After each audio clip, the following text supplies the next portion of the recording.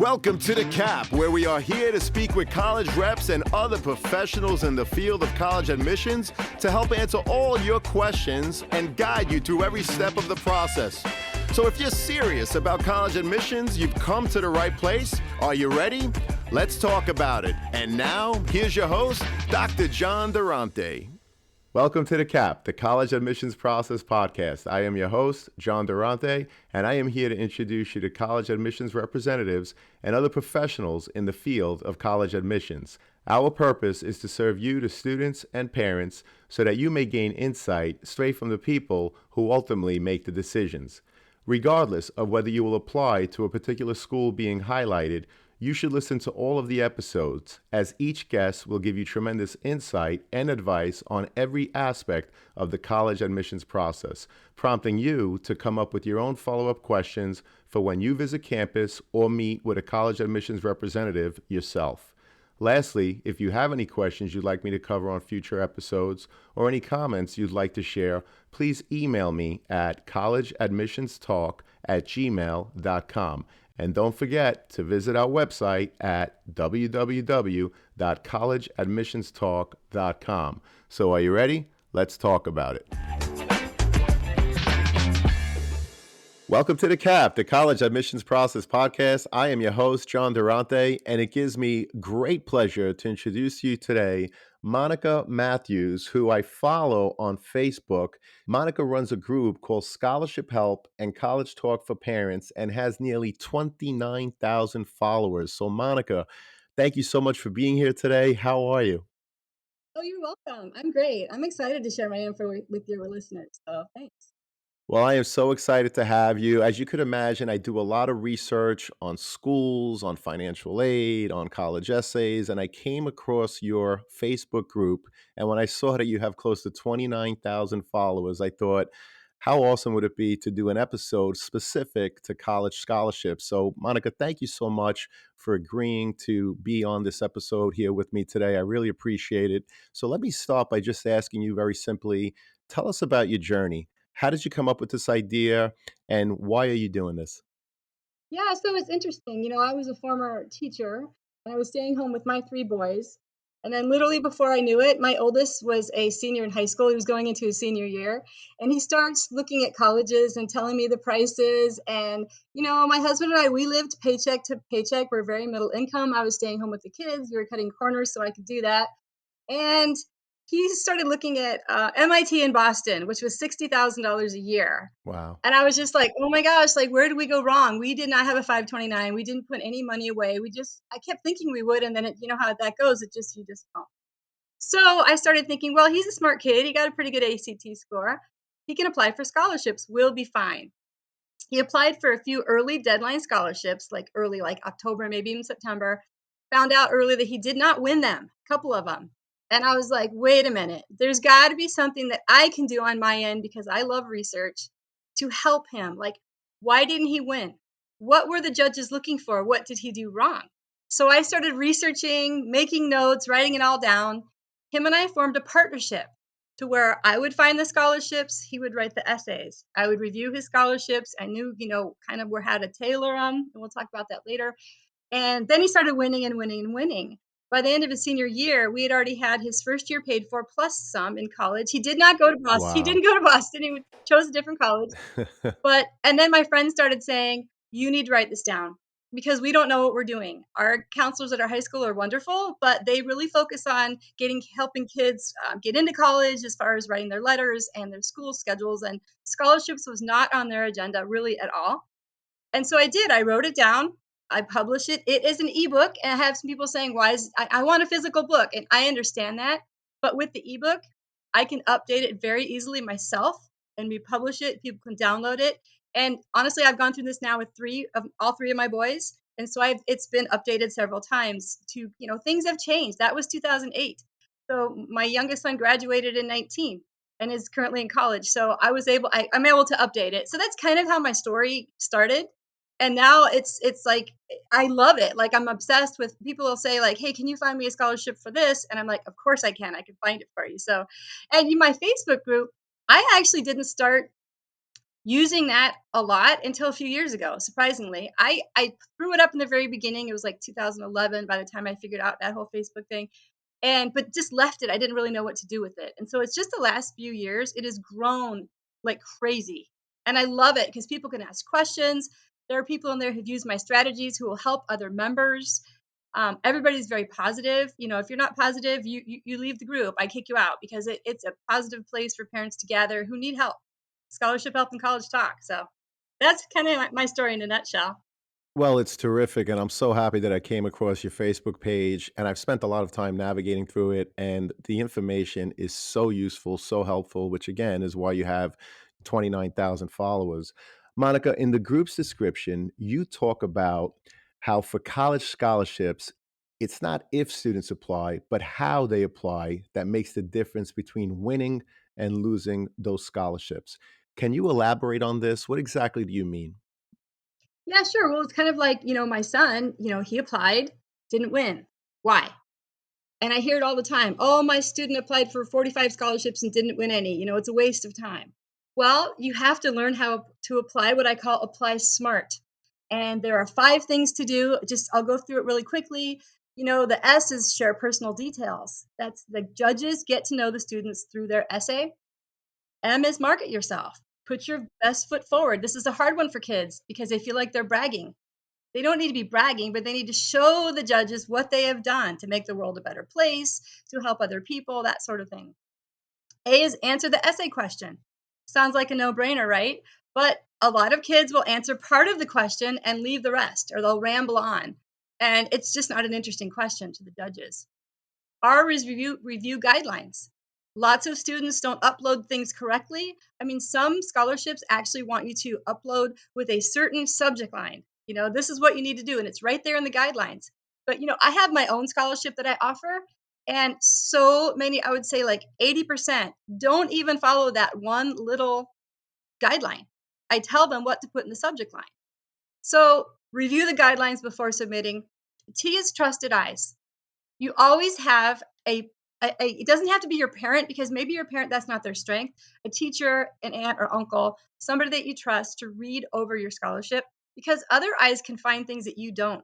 We read things over and over and our brain kind of fills in missing words, but other people, they're going to catch that. So that's applying smart. So it's not if you apply, it's how you apply. The other thing is a lot of kids apply to a ton of the no essay scholarships where you're just entering in your information, clicking enter and hoping they're going to choose you. But those are like lotteries. Now, honestly, 2 of my boys actually won those scholarships. They won $1,000 scholarships from one of those no essay scholarships, but we never really counted those as a scholarship that was applied for because that's too easy. You want your kids to apply for true scholarships, the ones that need an essay, a letter of recommendation, a video that a student has created, school transcripts, that sort of thing. Well, thank you so much for explaining the applying SMART method and talking to us about what the acronym SMART stands for. I recently saw a video on the Facebook page where you talk about that, which was phenomenal, and I highly recommend that everybody watch it. So, Monica, what other things can students do to help themselves stand out when applying for various scholarships? Get your parent to partner with you. And parents who are listening, make this a partnership with your student. Like you can find the scholarships for them, send them an email saying, okay, these 3 are due, in 6 weeks. This is the subject of the essay. And then the student writes the essay. Then the parent reviews the essay. Forming a partnership is just the best thing ever. It worked for all 3 of my kids. I kind of liken it to, you don't to teach your kids how to drive a car, you don't just hand them the keys and say, okay, go drive. You don't. It's a partnership. You're in the car together. You start off with before you even drive and say, okay, this is where everything's located. This is what you do. It's a partnership. The same thing with scholarships. And some kids are so afraid they don't know where to start that they just don't start. Or like I said, they just do the no essay scholarships and tell their parents, "Oh, I've applied to a whole bunch of scholarships." So in my ebooks, I really go through this is what a parent can do, this is what a student can do. If the student has a problem with this, these are the words the parents can say to motivate them, that sort of thing. Because after going through it 3 times, and all 3 of my boys are so different. My middle son, he would be supposedly writing a scholarship essay, and there'd be a blank computer screen, and I'd check in half an hour later. there's the same computer screen, and I'm like, okay, I need to help him. What can I do? We make lists of his strengths. We go through the essay question. I give him ideas, this back and forth. And that really takes the fear away from kids. And, there are actually, and I think I might get into this later, but there are actually three scholarship essay questions that come up over and over. And if the kids could have a good, solid answer to those three questions, they can submit that for other scholarships. You tailor it a little bit to that certain scholarship, but that saves a ton of time.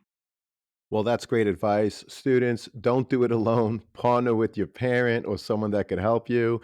And I like what you're explaining how there's basically three types of essay questions. So if you come up with good essays, you could certainly use that essay for different scholarships. And there are many out there, and we're going to learn more about it now. So, Monica, on your social media pages, you offer group members a free download of your 10 best scholarship winning tips. What can you share with us about those tips? Oh, okay. This is like kind of like to jumpstart the process. It kind of gives a little window into some of the things that I did. One of the tips, and I know parents are going to laugh, but one of my tips is change the deadline.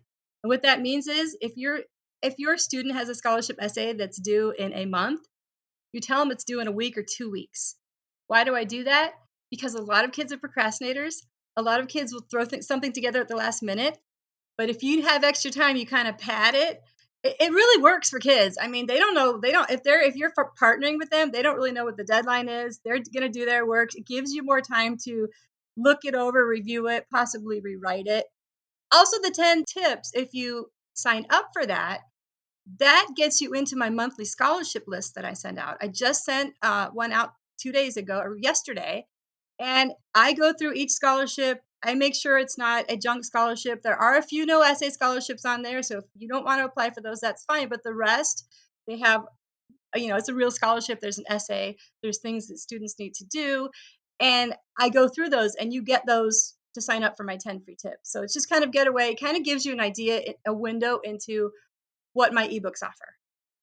Well, you have a lot of awesome tips in the Facebook page, and I'm sure in the ebooks as well. And I love what you mentioned, change the deadline. There's definitely a lot of procrastinators out there. I'm one of them. So thank you so much for that, Monica. And where should students and their parents go to even learn about various scholarships available? And do they have to subscribe to find these offerings? No, I have, like, almost 600 blog posts. My blog is completely free. You can spend all day reading blog posts, and every blog post is a window into my ebook, because finding scholarships, there's not one place.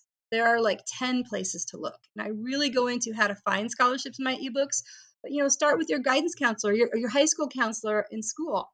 See what they offer. Check the high school website.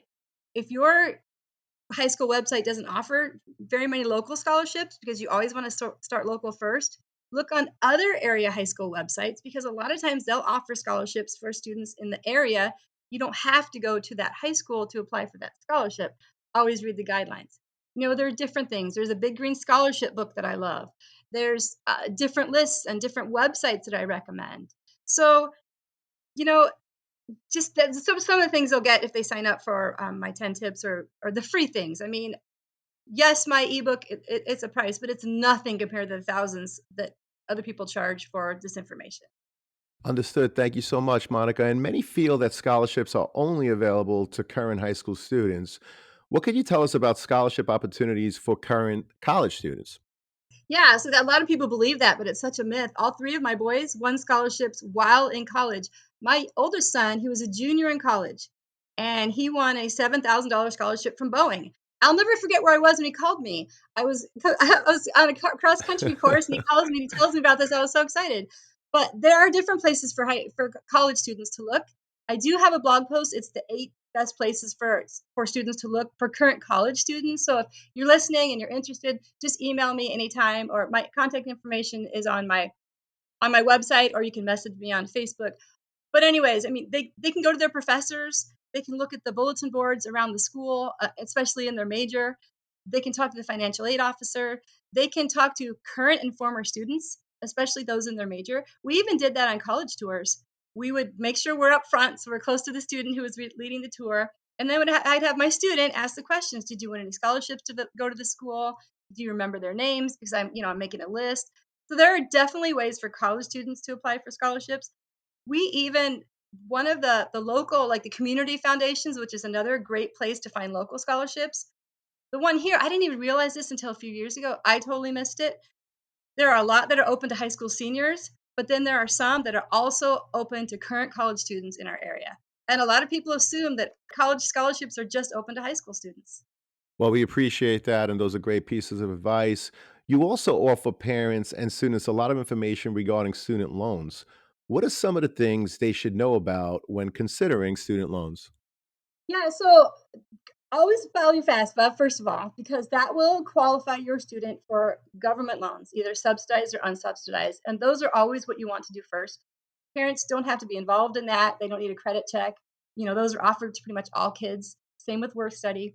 But honestly, my husband and I, we didn't have to take out any parent loans or any private student loans. But I have partnered with a few companies that I've looked into to get the lowest rates to help people, to give people options. So that's also on my Facebook, in my Facebook on my group, and also on my website. But definitely do your research, because there's a lot of companies out there. There's a lot of different loan rates.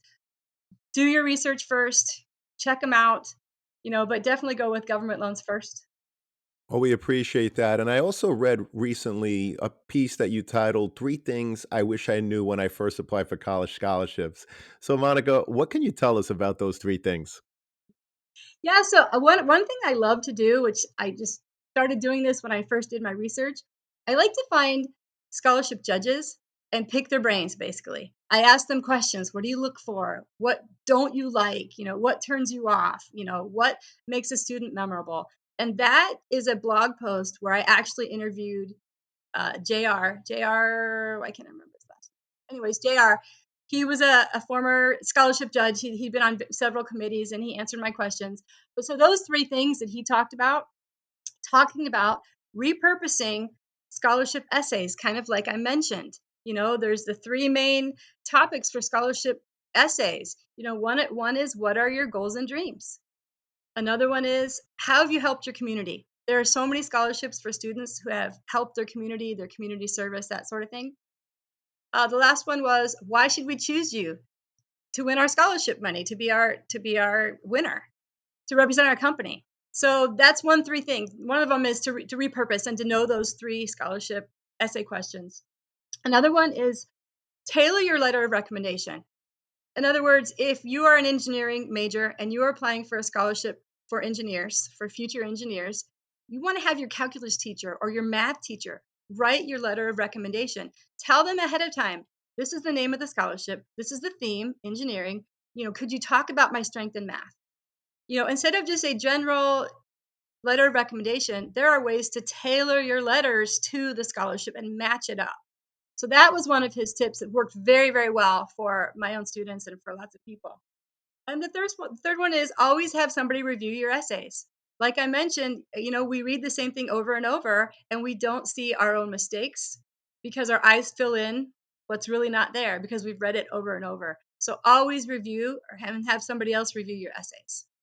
Well, that's great. And Monica, you've obviously become an expert on college scholarships. In addition to the Facebook group, you've written, as you mentioned, some great ebooks to help parents and their students.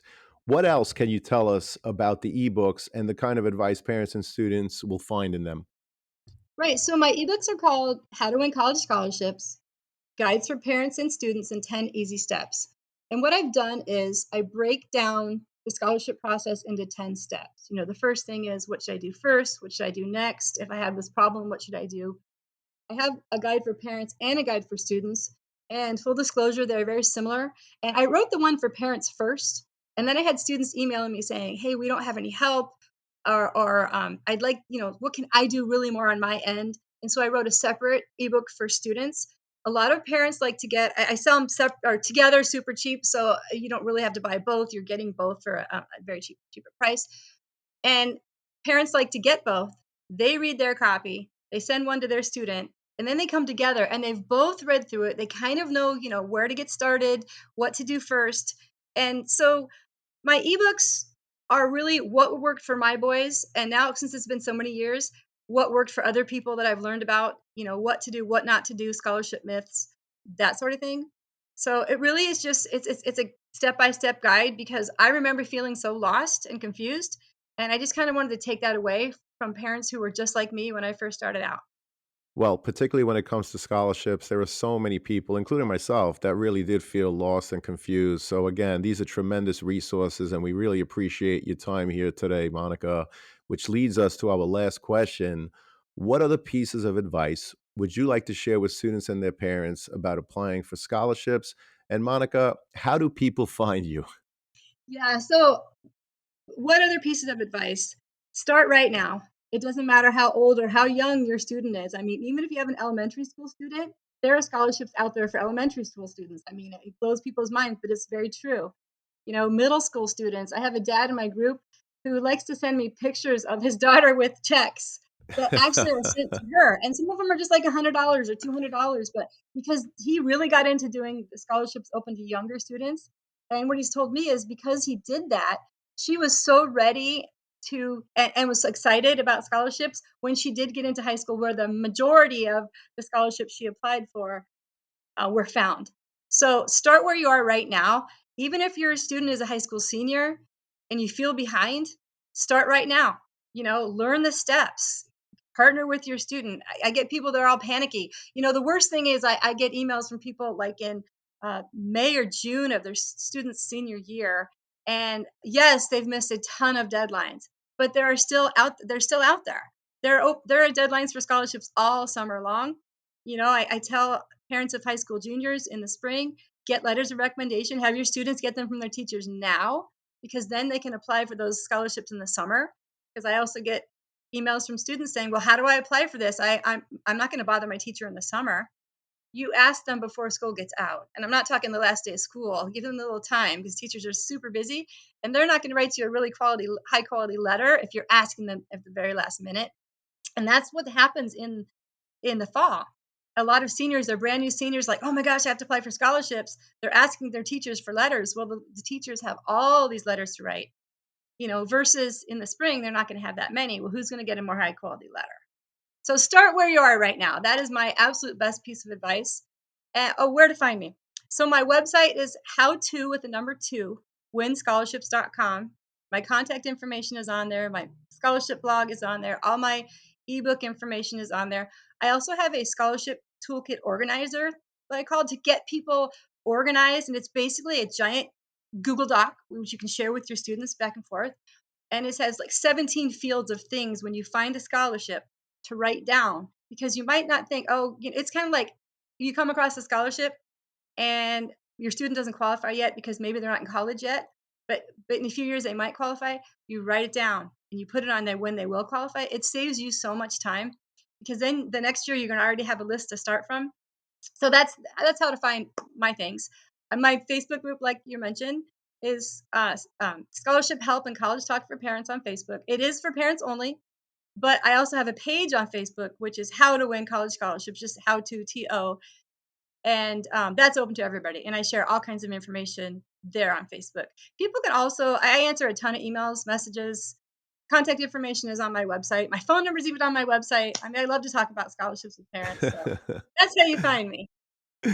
Well, Monica, thank you so much. I'm so happy because I know this conversation is going to help so many students and their parents. By the way, I will put your website in the show notes. If there's anything else that you want to share with students and parents, just provide it to me. And of course, I'll make it available in the show notes. Monica, this was wonderful. Thank you so much for your time and expertise today. We really appreciate it. You're welcome. It was fun. Thank you so much. Hope to have you again.